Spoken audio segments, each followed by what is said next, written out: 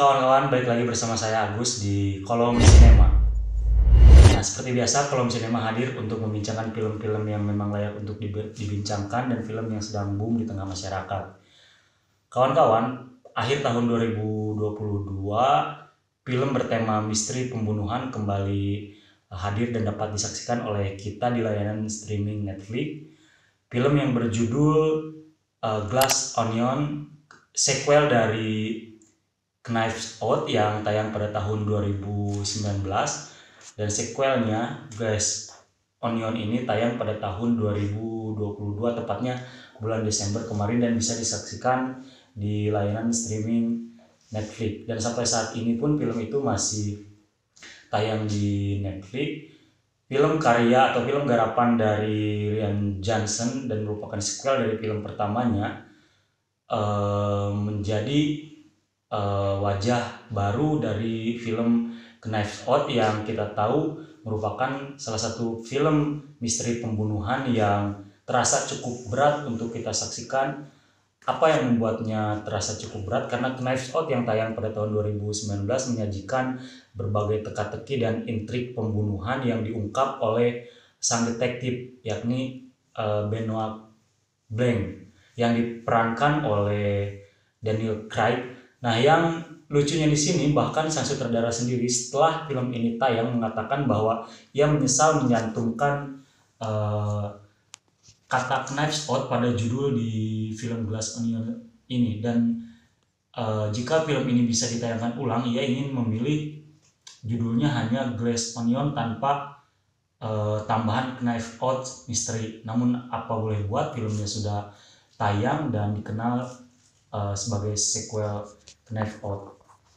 Saya mengerti kenapa sang sutradara si Rian Johnson ini memilih untuk mengambil judul atau ingin memberi judul ini cukup Glass Onion, karena memang film ini dirasa berdiri sendiri dan sama sekali tidak ada hubungannya dengan Knives Out pertama, selain dari kehadiran sang detektif yang di filmnya disebut sebagai detektif terbaik di dunia versi Google, si Benoit Blanc ini. Jika Knives Out yang tahun 2019 disebut sebagai salah satu film misteri pembunuhan paling menarik dalam sejarah perfilman, nah berbeda dengan Glass Onion yang tayang tahun 2022 ini. Menurut saya film Glass Onion ini masih layak untuk disaksikan walaupun dengan ramuan yang jelas sama sekali berbeda dengan film Knives Out pertamanya. Apa yang membedakan sequel ini terletak pada bagaimana film ini disuguhkan. Menurut saya, daripada menyuguhkan misteri pembunuhan dan banyak teka-teki yang harus dijawab dan harus diungkap oleh sang detektif, film ini hanya menempelkan sang detektif sebagai pemeran pembantu kalau menurut saya di dalam film ini. Berbeda di dalam film pertamanya yang memang sang detektif menjadi fokus, sementara fokus di film Glass Onion ini berfokus pada pertemanan sekelompok orang yang mereka di film ini diceritakan sudah menjadi orang yang sukses di bidangnya masing-masing. Beberapa orang yang menjadi kawan ini kemudian pada satu waktu diundang oleh si Miles Bourne kalau tidak salah satu sosok yang paling sukses di kelompok ini. Dia menjadi pengusaha sukses dari bidang teknologi, kemudian dia memberi modal kepada kawan-kawannya itu untuk berkecimpung di dunianya masing-masing. Jadi sederhananya si kawan-kawannya ini menggantungkan karir dan menggantungkan hidupnya pada si Miles Bourne ini, kawan-kawan.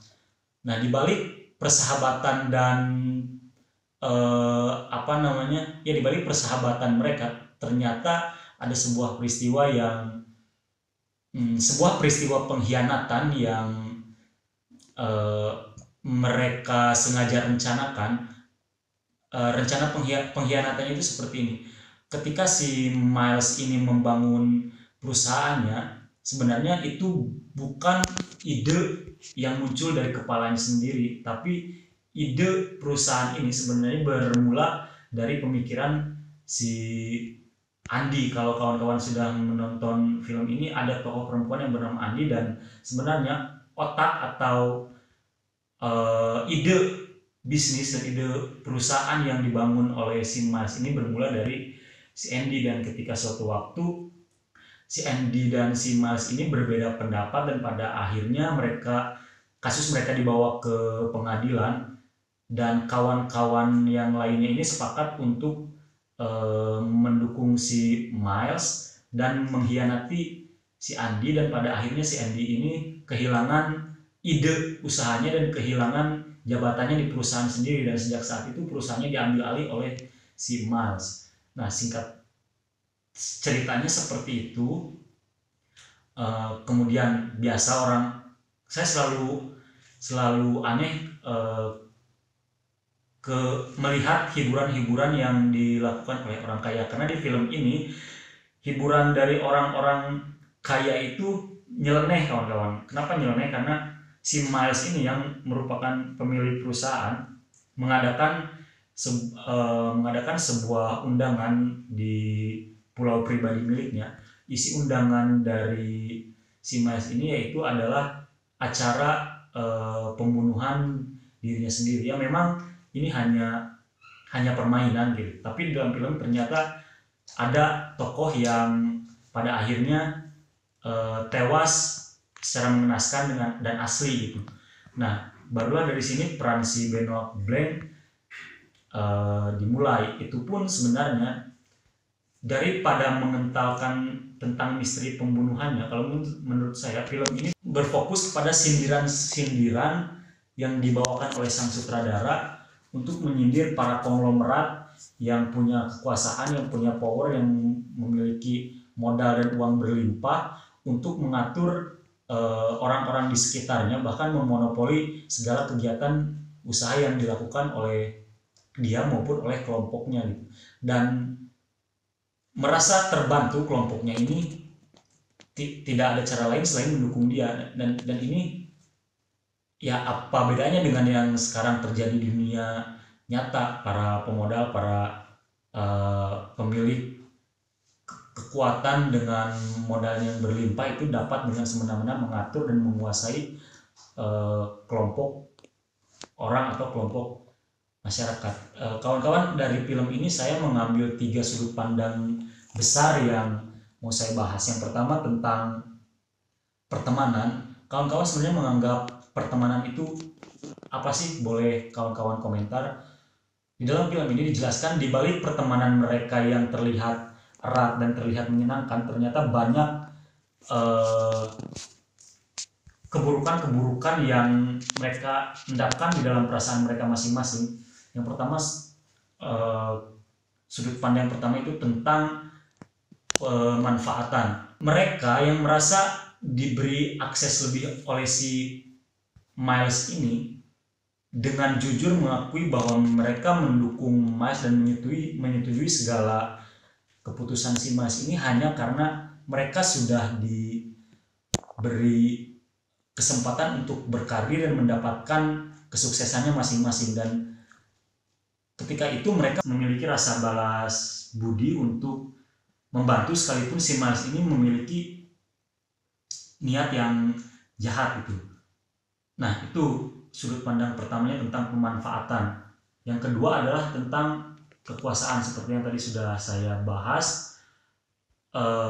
Nampaknya sang sutradara di sini sudah tidak lagi berfokus pada penyuguhan misteri-misteri yang kita harapkan itu selaku pecinta film misteri pembunuhan. Tapi sang sutradara memang dengan sengaja berfokus atau memfokuskan film ini kepada sindiran-sindiran kuatnya untuk para orang-orang atau perusahaan-perusahaan raksasa yang bergerak di bidang teknologi. Karena di film ini diceritakan si Miles ini adalah orang yang dari luar memang terlihat cerdas dan terlihat berkarisma, namun di dalam dirinya itu si Miles tidak memiliki apa-apa dan hanya seorang laki-laki bodoh biasa yang kebetulan dapat mengambil alih perusahaan orang lain, hanya itu saja, dan menang di pengadilan. Itu dibuktikan oleh si Benoit Blanc bahwa si Miles ini hanya seorang lelaki biasa yang bodoh dan banyak omong. Itu. Dan yang terakhir adalah tentang balas dendam. Entah kenapa saya lebih tertarik kepada cerita tentang penguakan siapa tokoh Andy sebenarnya daripada saya mengikuti misteri pembunuhannya yang sama sekali tidak terasa membingungkan atau tidak terasa tebal premis misterinya gitu. Justru film ini mencecar masa lalu tiap tokohnya, khususnya masa lalu si Andy, bagaimana dia mulai mengumpulkan kelompok ini sehingga kelompok ini berhasil menjadi para pebisnis, kemudian bagaimana usaha si Andy untuk merancang usahanya sehingga usahanya menjadi sangat besar, dan bagaimana di akhir hidupnya si Andy kehilangan segala yang ia miliki, namun terlepas dari itu ia tidak ingin menyerah dan ia mengusahakan segala hal untuk membuktikan bahwa si Miles lah yang bersalah dan dirinya lah yang benar. Yaitu tiga tema besar yang setidaknya saya dapatkan ketika saya selesai menonton film ini. Itu dari kedalaman cerita, sedangkan dari sisi keaktoran kita sudah tidak menyaksikan dan meragukan lagi kawan-kawan. Di deretan pemeran film Glass Onion ini terdapat banyak nama-nama besar selain dari Daniel Craig yang tentu memerankan Benoit Blanc, sang aktor yang memiliki ciri khas dengan aksen Inggrisnya yang unik kalau menurut saya, dan sukses memerankan tokoh Benoit Blanc untuk kedua kalinya gitu. Walaupun dia tidak menjadi fokus utama dalam film ini. Kemudian ada Dave Bautista yang menjadi seorang laki-laki yang di dalam filmnya cukup menarik perhatian karena dia berhasil membawakan karakter seorang bukan SJW sih kalau menurut saya, tapi lebih ke YouTuber. Dia seorang YouTuber, seorang pegiat media sosial juga, dan di film ini diceritakan dia yang menjadi korban pembunuhan, kawan-kawan. Dan ada pemeran dari Agatha Harkness, saya lupa namanya siapa, dan ia sukses juga memerankan seorang perempuan polos yang maju ke dunia politik dan ia mendapatkan sumber pendanaan karir politiknya itu dari si Miles, dan tidak ada cara lain selain mengikuti segala keinginan si Miles, termasuk membangun sumber daya untuk kota dan sebagainya yang jelas menyalahi aturan. Namun dia bisa apa? Karena pemodalnya sendiri adalah si Miles yang merupakan temannya. Nah, ini biasa gitu di dunia kita sehari-hari. Para tokoh politik yang pada akhirnya tidak bisa berbuat banyak ketika para pemodal sudah memutuskan menginginkan suatu hal gitu. Itu sudah menjadi rahasia publik.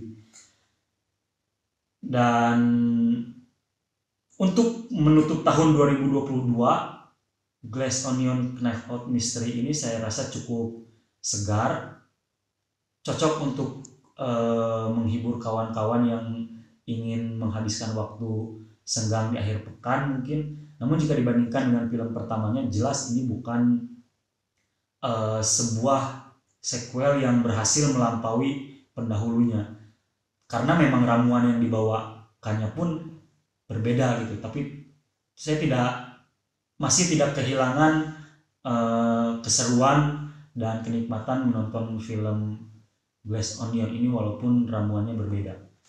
Itu mungkin kawan-kawan yang bisa saya bincangkan terkait film Glass Onion Knife Out Mystery ini. Kawan-kawan jangan lupa tonton, sekarang masih tayang di Netflix, dan boleh komentar apa yang kawan-kawan dapatkan ketika selesai menonton film ini, dan jangan lupa like, komen, dan subscribe Langgam Pustaka TV, dan sampai jumpa di pembahasan film-film selanjutnya di Kolom Sinema. Terima kasih.